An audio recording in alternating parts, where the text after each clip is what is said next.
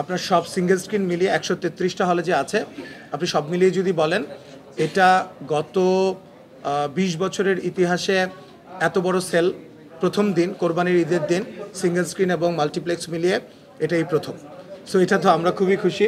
কত টাকা আয় হয়েছে, এটা এই প্রশ্নের উত্তর আমরা এর আগেও এই প্রশ্ন আমরা পেয়েছি আপনাদের কাছ থেকে, উত্তরটা একই উত্তর। বান্ডেল থাকলে প্রতি সেনমানিতে টাকা বাঁচবে। বিকাশ সেনমানি বান্ডেল কিনে জিতুন প্রতি লেনদেনে।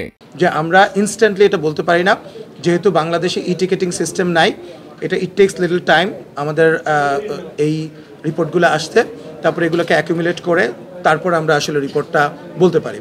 সো এবার দেখবেন যে আমাদের মাল্টিপ্লেক্সগুলোর সঙ্গে একটা আলোচনার মাধ্যমে আমরা একটা ন্যায্যতার জায়গায় এসেছি এবং আমার মনে হয় যে অনেক প্রডিউসারই ইন্টারেস্টেড হবে সিনেমা বানাতে। সেই একইভাবে সিঙ্গেল স্ক্রিনগুলোর যে প্রদর্শকরা আছেন তাদেরকেও ধন্যবাদ, মাল্টিপ্লেক্সের প্রদর্শক যারা আছেন তাদেরকেও ধন্যবাদ। তারা আমাদেরকে এক্সট্রিমলি কোঅপারেট করেছে এবার, যে কারণেই কিন্তু আমার কাছে মনে হচ্ছে যে অনেক দিন পরে প্রডিউসার্স এবং এক্সিবিটরদের একটা জায়গায়, একটা পয়েন্টে আমরা এসে আজকে সিনেমা রিলিজ করতে পেরেছি, যেটা সুফল কিন্তু শুধু যে প্রডিউসাররা পাবে তা না, সেটা প্রদর্শকরাও পাবে। কারণ একই সঙ্গে যখন এটা দুই পক্ষই লাভবান হয় তখনই তো আসলে একটা বিজনেস মডেল তৈরি হয় এবং নতুন নতুন সিনেমা আসার পরিবেশটা তৈরি হয়। আর রাফি যেটা বলল সিঙ্গেল স্ক্রিনগুলা, তখন অনেক ক্যামেরা ছিল না, আমি আরেকবার একটু মেনশন করতে চাই, প্রত্যেকবারই যেটা হয় যে অপোজিশন হলগুলো কিছু আমাদেরকে ছেড়ে দিতে হয়। এইবার আসলে অপোজিশন যারাই এসছে তাদের এক কথা, তাণ্ডব ছাড়া আমরা কোনো কিছুই চালাতে চাই না, তারপরেও আমাদের 4-5টা হল ছাড়তে হয়েছে। 133টা হল নিয়ে এটা সর্ববৃহৎ রিলিজ রিসেন্ট টাইমের মধ্যে।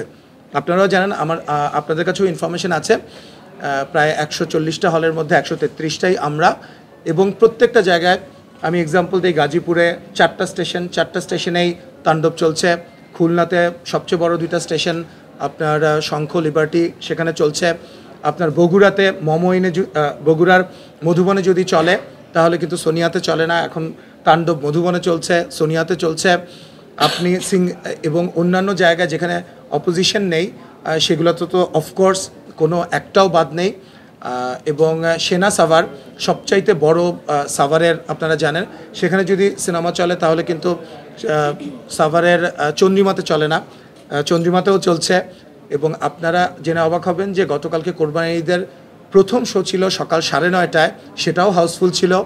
তো এটা একটা ট্রিমেন্ডাস রেসপন্স এবার আমাদের।